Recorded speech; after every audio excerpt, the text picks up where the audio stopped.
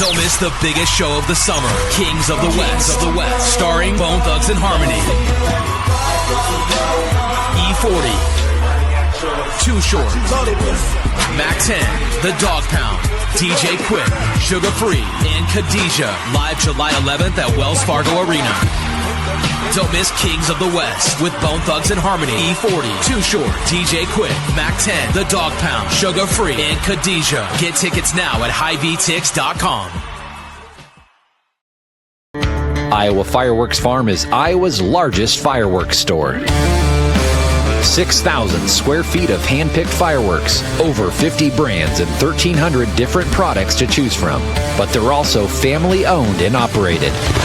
Iowa Fireworks Farm is the one stop you need to make before July 4th. You'll find them just south of the Metro. Take I-35 to exit 43 at New Virginia. Head east and look for the Big Red Barn. At Iowa Fireworks Farm, the toughest part will be deciding what not to buy.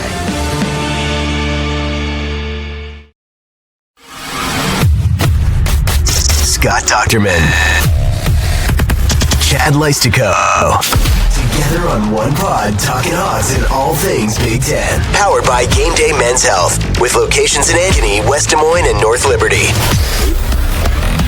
From the Channel Seed Studios, this is Legends and Listeners.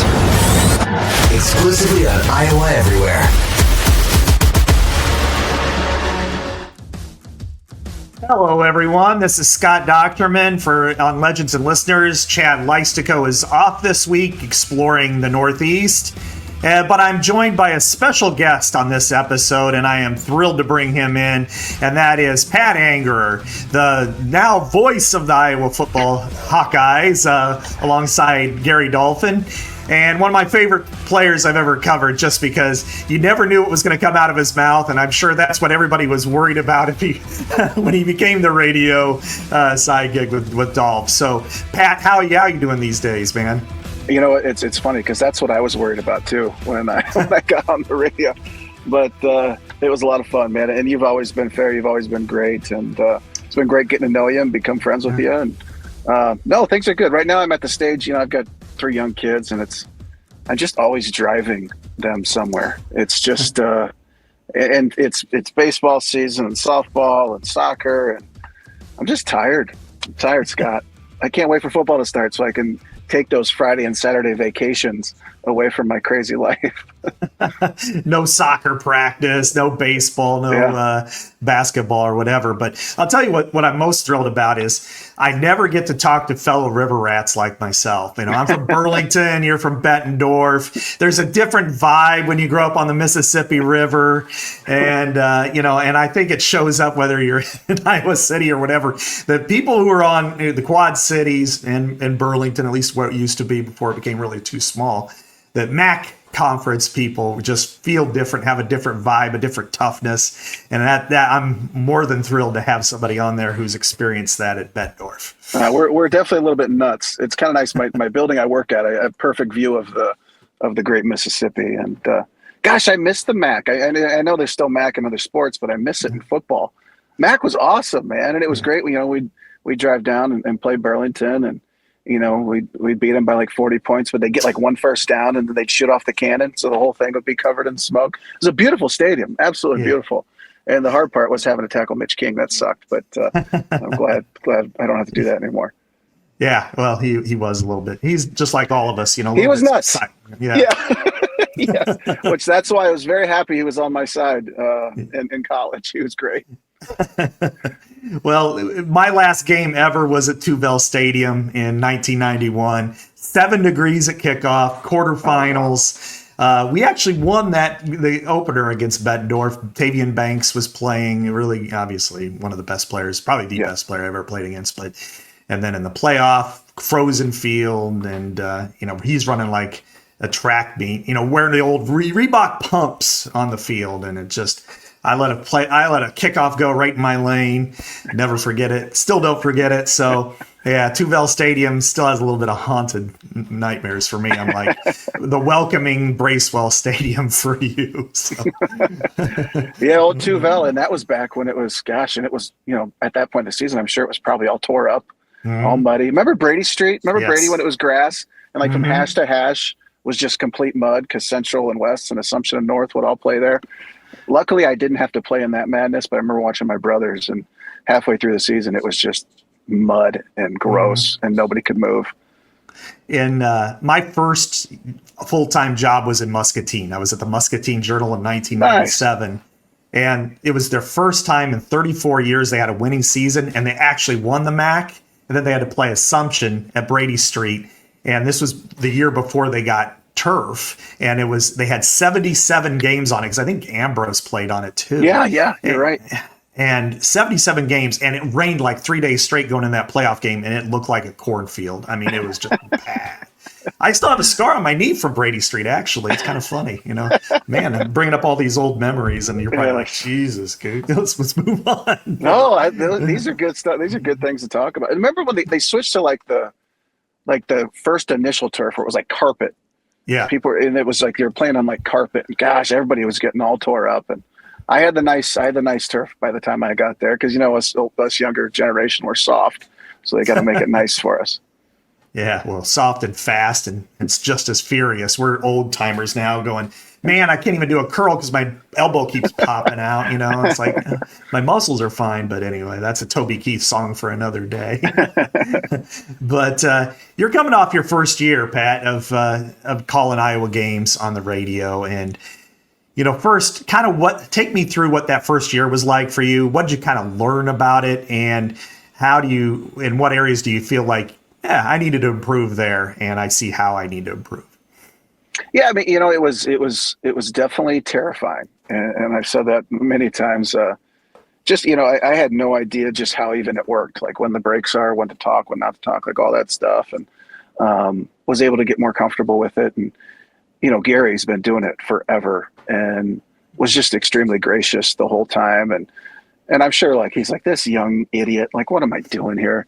But he was just so kind and so phenomenal. And then Corey Sheets, I'm sure is the producer engineer, and I don't know how anybody could do a better job than him. It's got to be complete chaos for him during the games, and they were just so kind and helped me. And like, because I come from football, so it's like I want to know when I mess up. Like I'm okay. You can yell at me, you can say whatever, but they were very nice. They were very nice, and learned a lot. Learned that you got to let Gary do his thing.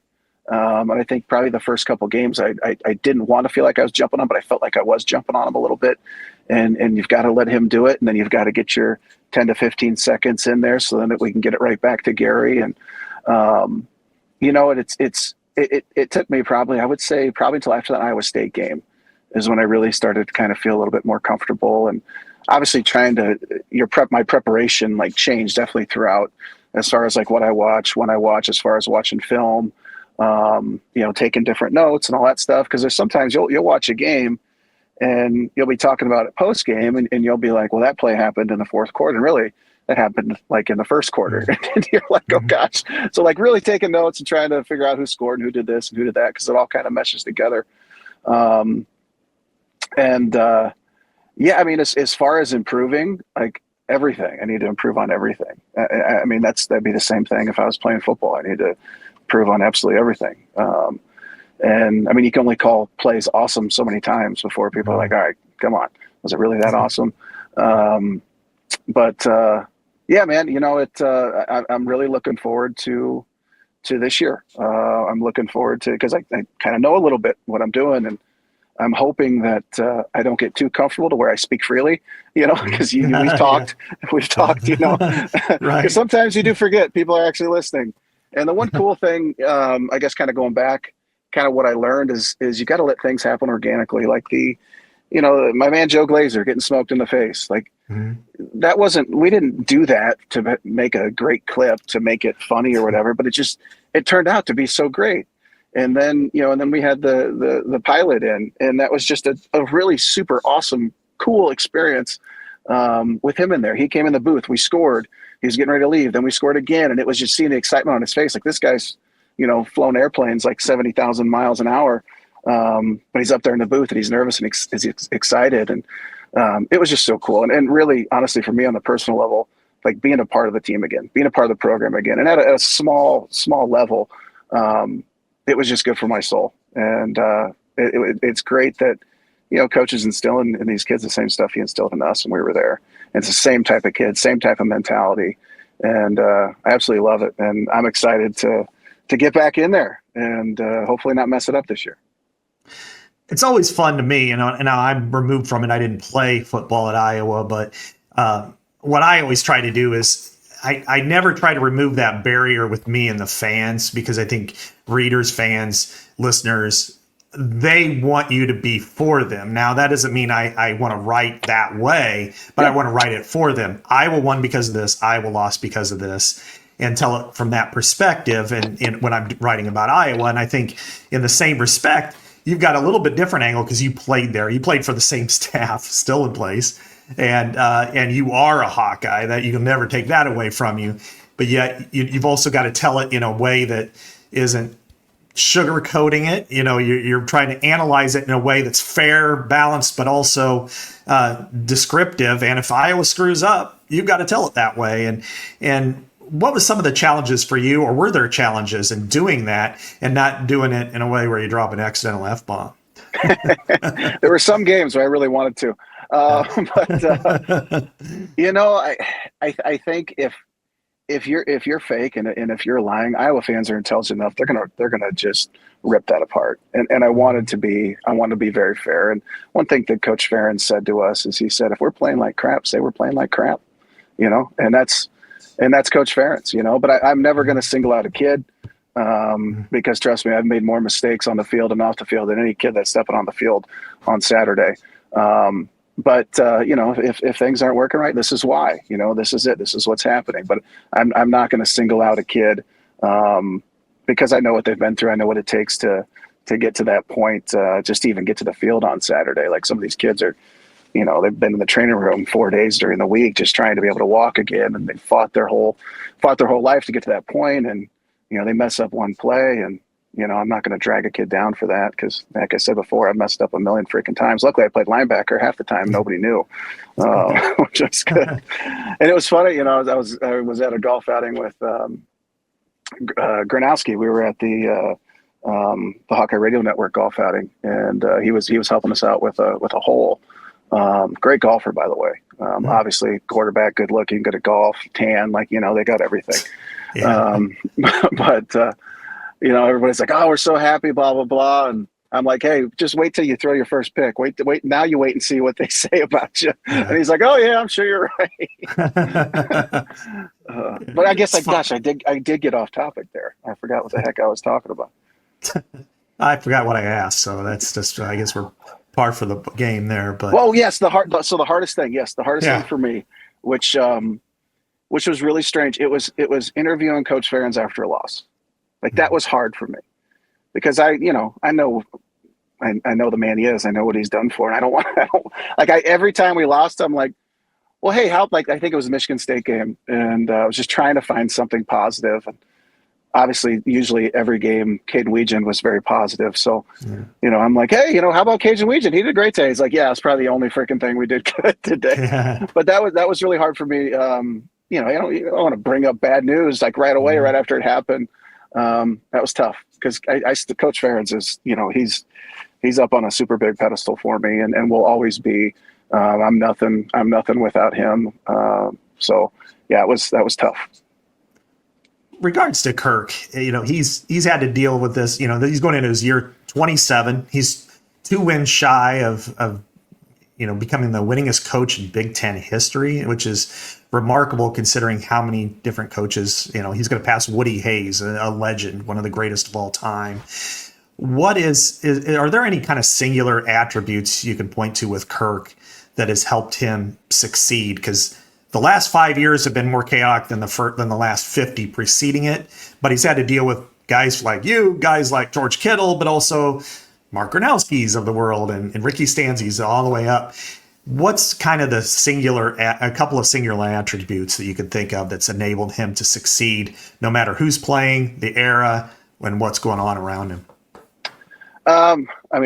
He's a Hawkeye, and he's real. He's real, and it's about winning. He has a lot of wins, but really it's not about that necessarily for him. It's about developing men. It's about doing things the right way. And I know it sounds cliche and all that stuff, and every college coach says that, and every program says that, but it's not like that. Not at all. A lot of places, they're going to chew you up and spit you out, and they're going to use you when they need you. Not Coach Ferentz. He cares about you forever. And that's why, when our backs are against the wall, we're playing, good teams. That's why we're never out of the freaking fight. That's why it's like, hey, this guy loves us and he cares about us, and I'm going to go out there. I'm going to die for him. And, I'm not the only one that feels that. And I think 11 guys on the field feel that. And it's funny, I read your article today in the New York Times. I thought it was a really, really good one. He talks about back in 99 or 2000, if he would have said he's going to coach the next 5 years, he'd have no idea, right, at Iowa. Yeah. And now he's like, now it seems more realistic than it did back in 99, which is very, very interesting. What was funny, and I didn't quite get all of it in because, as you know, these conversations sometimes can last for a while, but, yeah. He started out 2-18. He had an unsigned contract. He had 5 kids. He was building a home, and, a lot of things weren't going his way. And he talked specifically about Sam Aiello, one of his best offensive linemen in that earlier, and just going down, getting hit and falling. And he said, it shook him up for about 3 or 4 hours that night. He went home and he's like, well, it wasn't radio night, so it was Tuesday. So he said, luckily I didn't have to talk on the radio. Yeah. But, he's like, at that point, I don't know if we're going to get this done. And then to his credit, and I think this is what's the hallmark of what's made him successful. And in one area that I think he's better than everybody else is he shook it off next day, went right back in like nothing bothered him.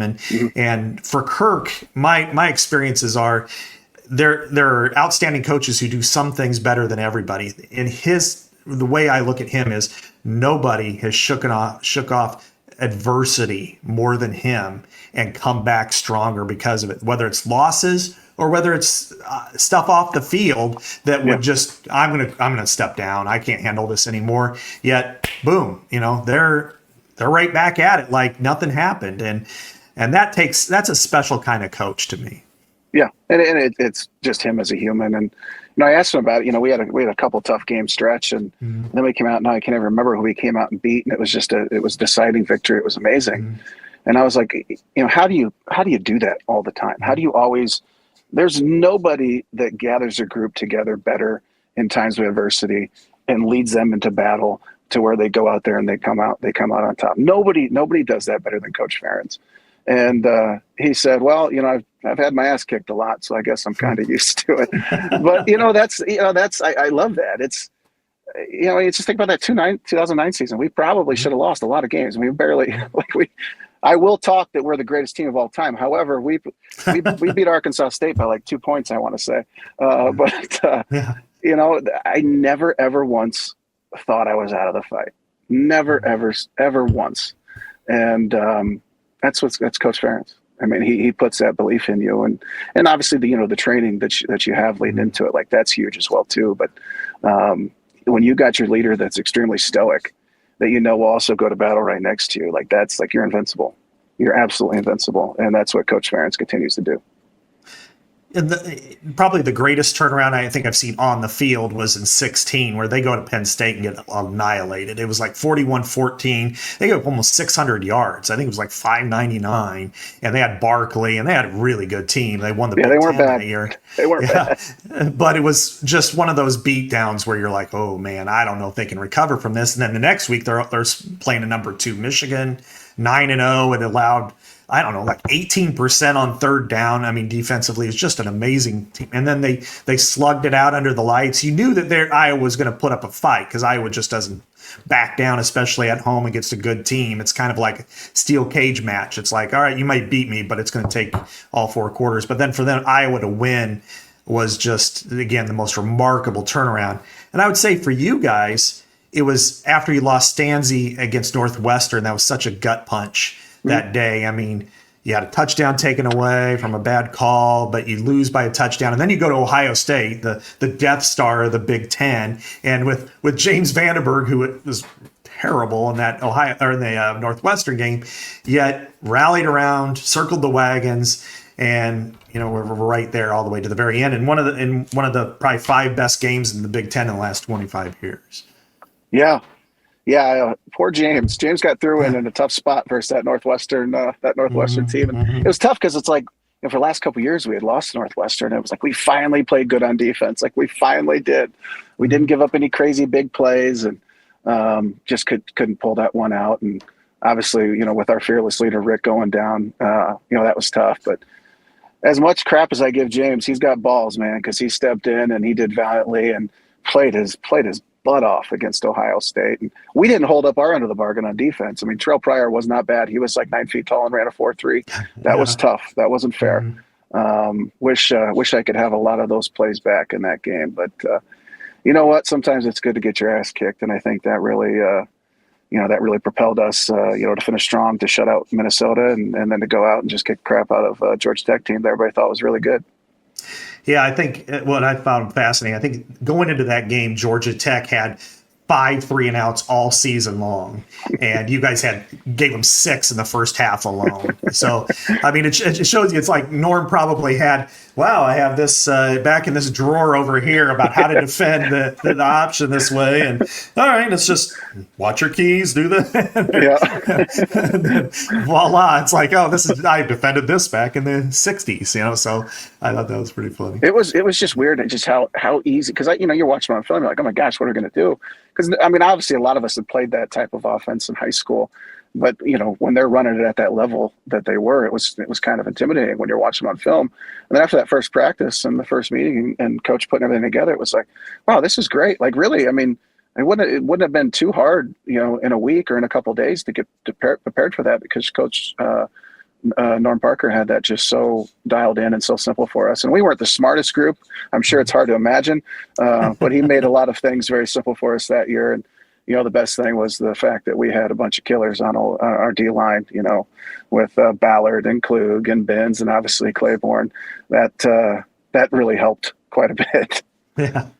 How did it help you as a linebacker to have Iowa play the 2 gap up front to just kind of enable you to get to the ball and not have people, guards getting on you all the time? Well, yeah, it's obviously, like to not get blocked. That was great. That was really good. And, it was funny is like, you see a lot of linemen, D linemen, especially when they're playing that 2 gap is they'll lay guys just to try to get that TFL, right? They'll, they'll take the easy route because they want to make the big play and all that stuff. And our guys inside, Ballard and Carl, were like so against making tackles, and so like they did not want me to get blocked like at all. Like I'd get blocked on a play, and I should be able to take on a block. I'm supposed to be this good linebacker, and they'd come back to the sideline and they'd be so upset and so mad at themselves. And like, Pat, I'm so sorry. I'm like, dude, like it's okay. Like I can fend for myself here. Like, but that's the selfless mindset, and that's the type of guys we had on that squad. Is Klug would make a tackle in the backfield for 2-yard loss, but he'd get upset because then a lineman would come out and block me, and it was like, dude, hey, keep doing it. Whatever you're doing, you're doing a great job. And those guys are studs. And gosh, it was there's been a lot of good D lines in Iowa history, and that one has to be up there. And how damn lucky was I to play behind that. When you look at all of you guys were studs on your high school teams, all state guys, all city guys. You come to Iowa, everybody has expectations going to the NFL, which you were able to do. How is it that you all were able to develop that selfless mentality that a defensive lineman, Christian Ballard, who's tall, came as a tight end and ultimately played inside and outside, is able to take on those blocks because it enables you to make the play, even though he may be the most dominant player on the field, but he's going to get 2 tackles all game.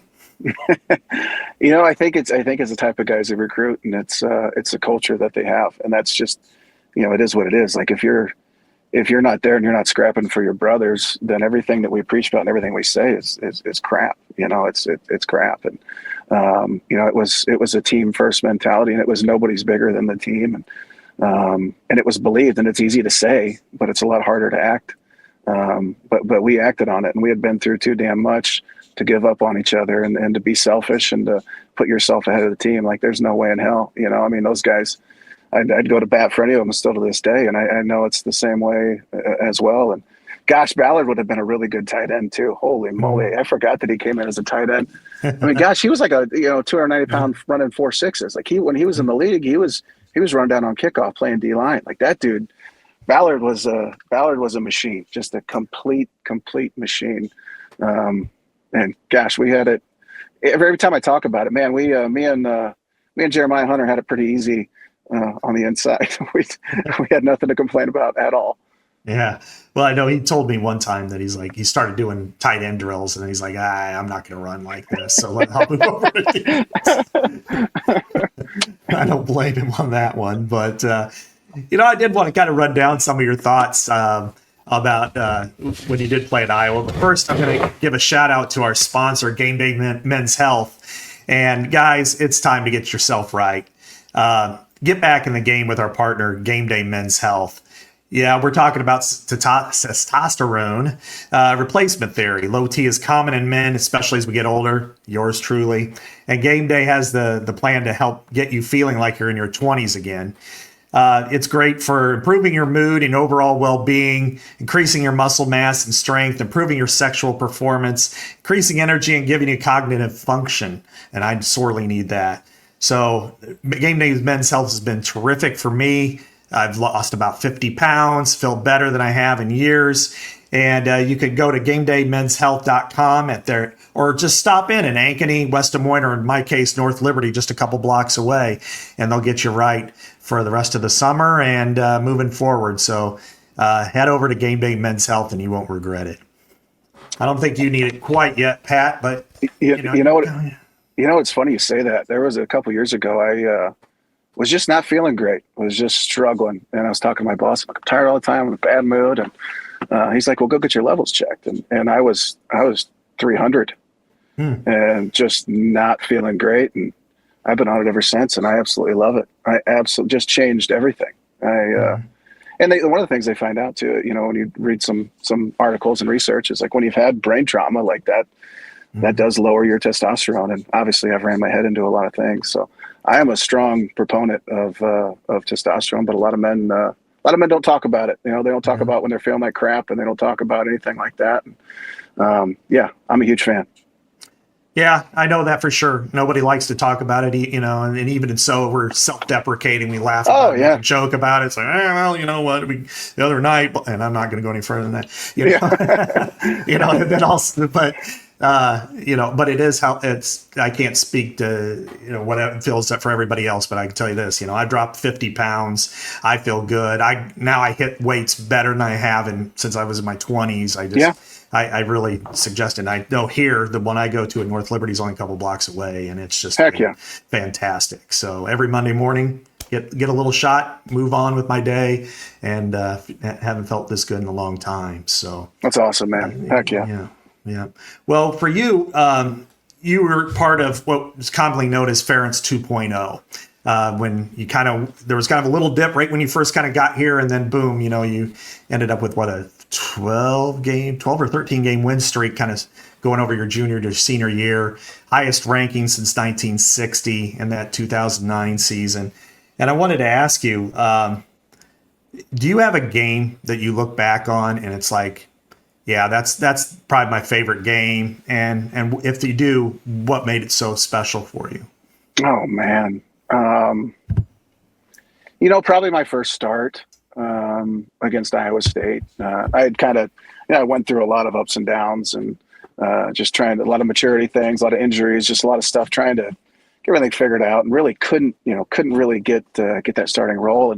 And finally they gave me the opportunity to do it, and had a good game. We won. Obviously it was a rivalry game, and never really looked back after that. And then, the last one, the Georgia Tech Orange Bowl game, that the cool thing about that one is that it was just so meaningful to the staff. It was so meaningful to the coaches, and especially after the game, like just seeing Coach Norm Parker, like that was awesome, man. Like that was his game. Without him, we don't win that. And he put together a masterpiece, just like he always does. And giving Coach Ferentz his first BCS win was great. And everybody had doubted us, and just the guys we had, just the love we had for each other and still do, and to be able to end it on a pretty high note was awesome.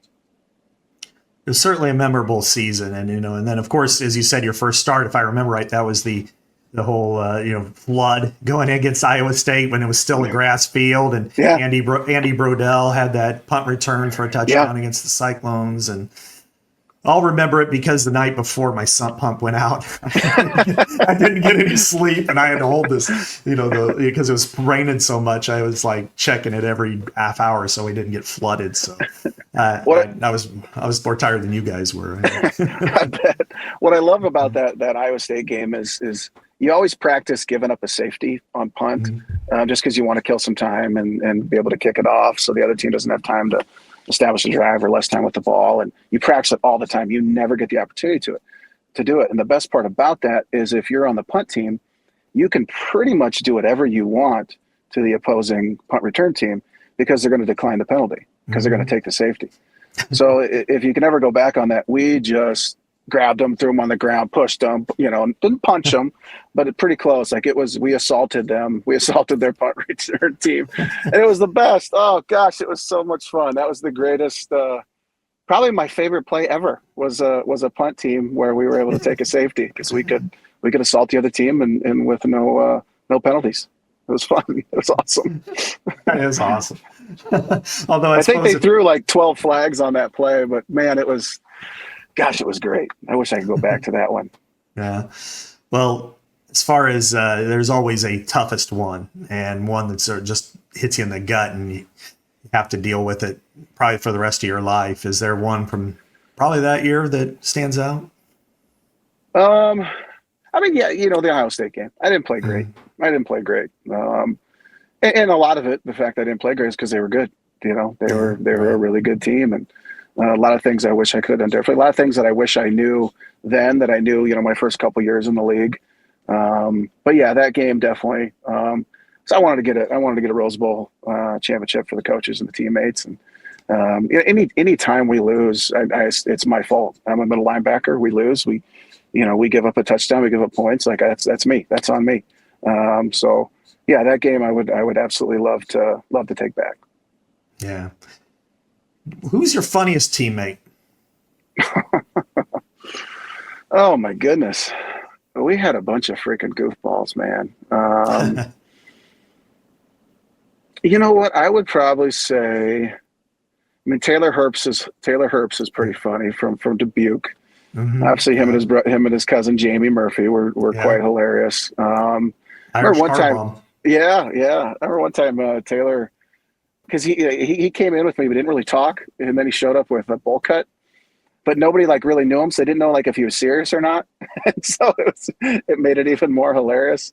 I would probably, obviously Stanzy's hilarious, dude. That guy's funny. Morse is funny.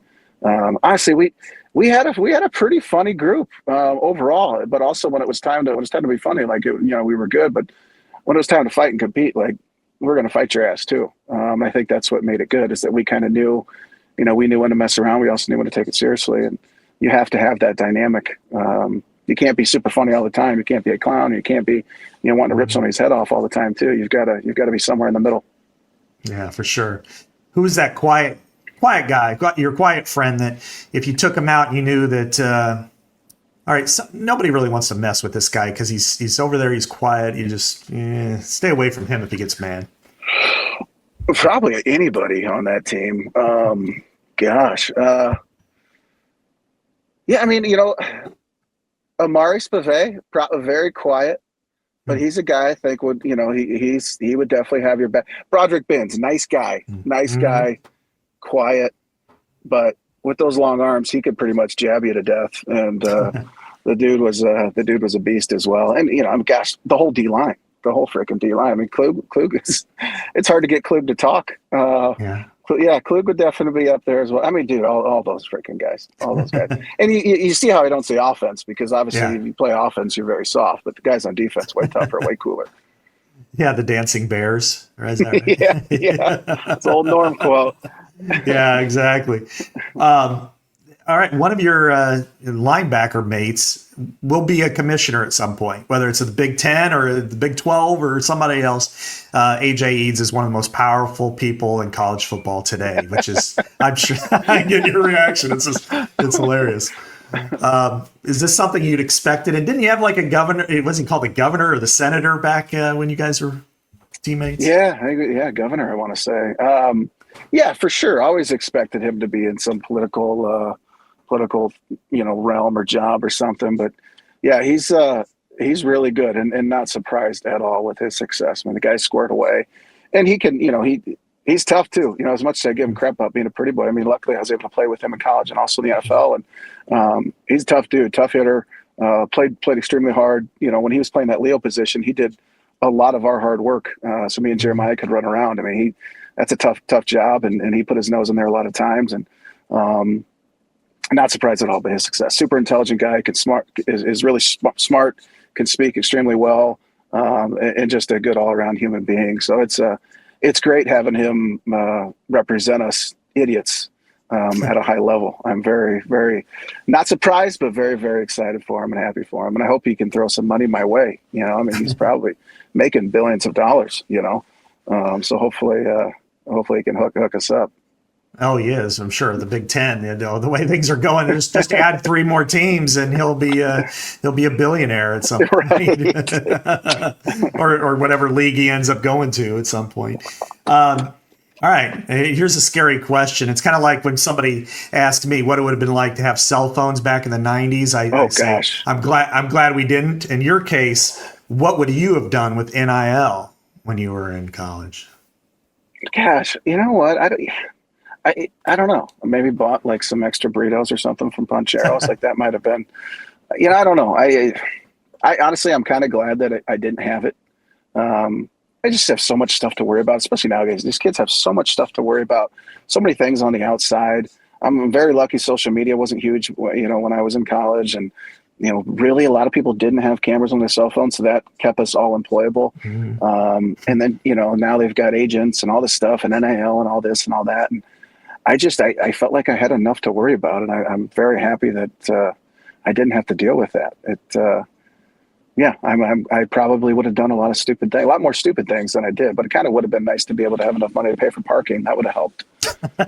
That is the most expensive thing in Iowa City. And yes. they can get rid of the entire university, the athletics department, but as long as they have the parking meter maids, they are set for life. Yes. I think they're jumping it up to like $2 an hour now starting this year. Jeez Louise. I'm like, I don't even know if I'm going to go over there. I might take the bus to go do interviews. I'm already cheap as it gets. And so, now I'm like, I'll park, a mile away and walk or something. Yeah. But, who was your ride or die teammate whenever things got tough, whether it was on the field or downtown or, hanging out? Downtown. Yeah, I'll stay away from that one. Don't want to get anybody in trouble.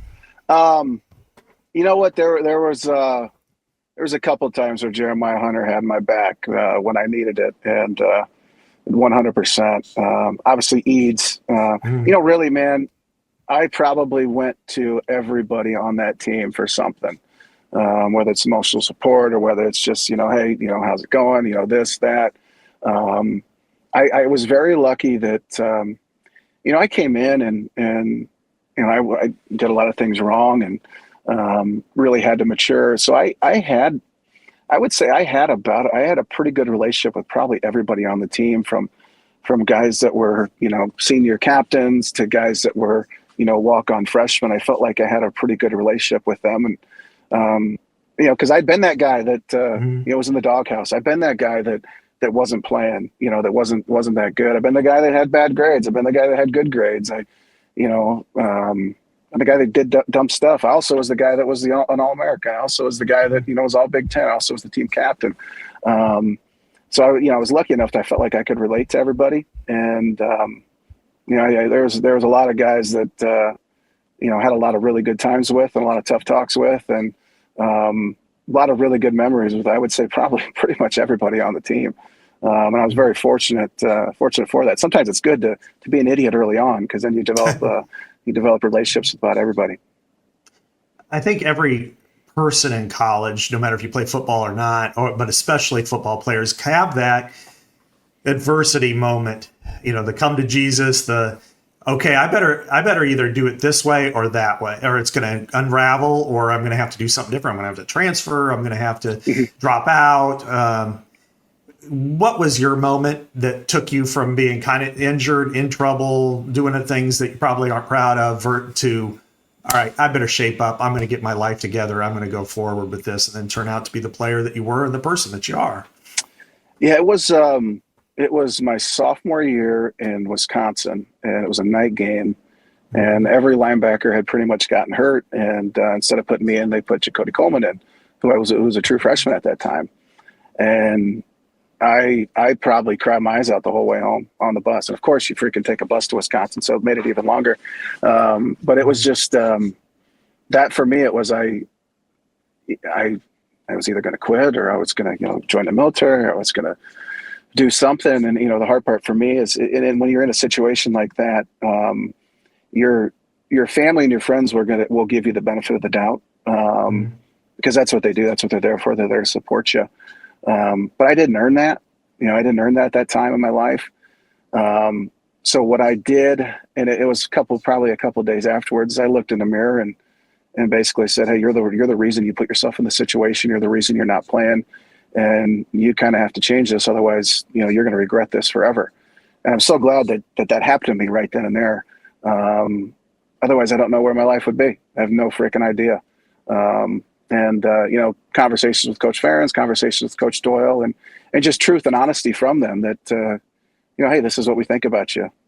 And this is why you're in the position you're in. And this is also what we think you can do.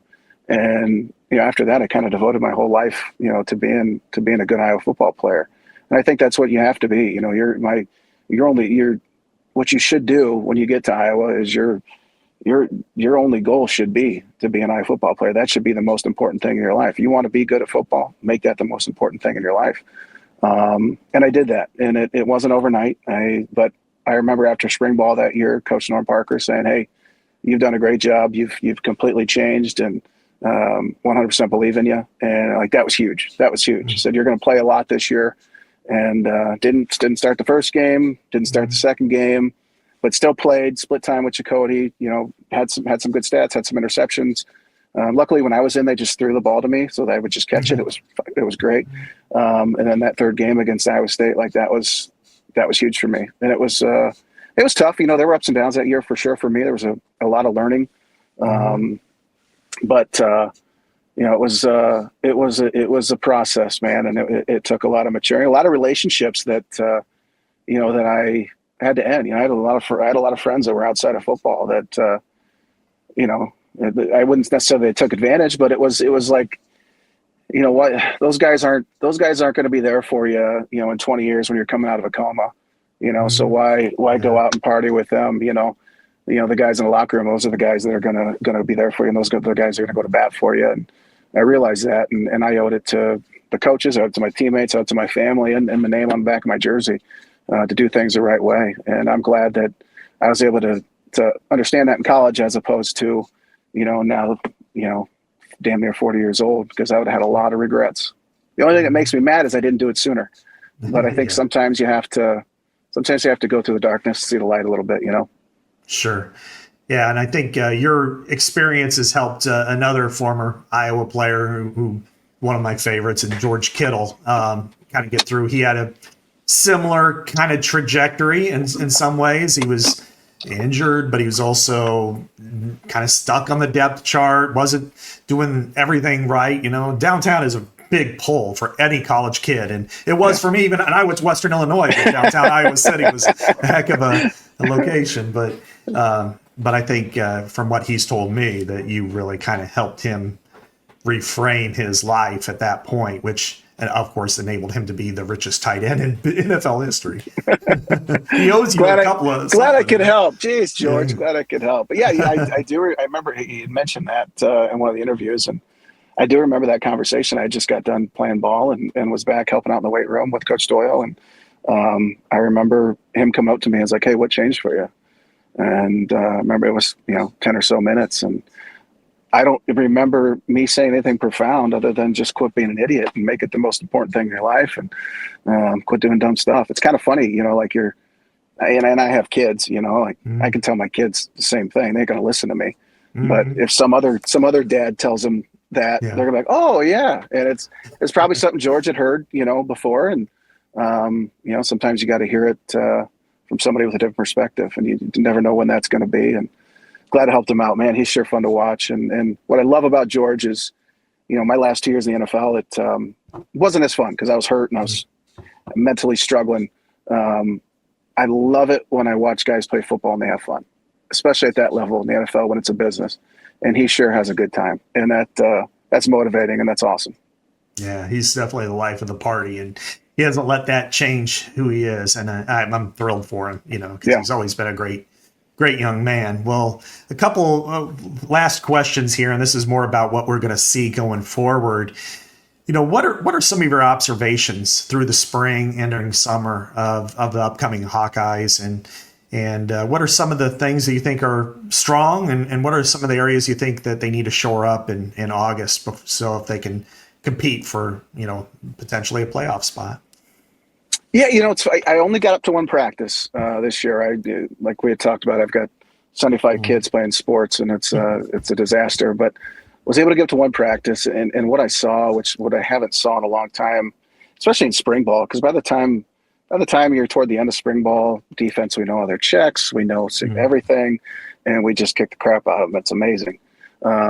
I saw the offense making some good plays. I saw Reese Vanderzee making some really good catches, and I think Hank Brown was a quarterback at that time, making some great throws downfield, and just pure competition, and it was excitement. What I love about Leicester's offense is, you watch them; they'll line up in the formation they want, then they'll shift. And then then the defense shifts, and then they'll motion back so they get that same formation they wanted, and they've already got the edge, they've already got the angle on you, and it's tough to do. It's a lot easier to say than do. You've got to have really smart kids. You got to have people that are bought in. But the guys that I saw were doing extremely well. I'm excited about our running backs, Kamari Moulton and Jazz Patterson. I know it's tough to not have Caleb or Khalib, how Podolak pronounces it, but Those guys are studs. They're freaking studs, and they've got a veteran O-line. We were only replace 2 linemen with Mason Richmond and is it Connor Colby? Yeah, and those are tough losses, but I think we've got some good young kids coming up. One of the things, obviously, that's a big question is there's a lot of guys on defense in key positions that we have to replace. All 3 linebackers, Castro, Jamari Harris, Schulte, Wyatt Black. That's going to be tough. I think the benefit is our D-line is strong. Wyatt was super good in the middle, and that's going to be tough to replace. But you've got Jeremiah Pittman coming in, who's got he's got some experience under his belt, and he's a tough, good kid. And these linebackers that are coming in, it's going to be their first time starting a full season. However, they are mature. They're older. I think they're both seniors, if I remember correctly. And excited for Carson Shire. I always support the number 43, even though I thought they retired it.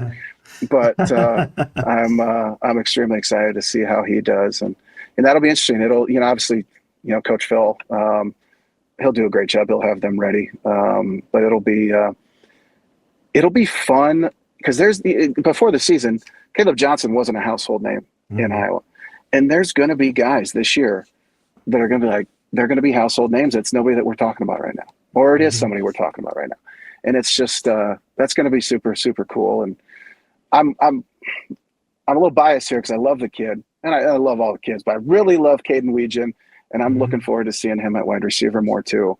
The dude's a playmaker, and he's a stud, and he's tough, and so many exciting plays that'll live on in Iowa history that he made last year, and I'm looking to see what he continues to make this year.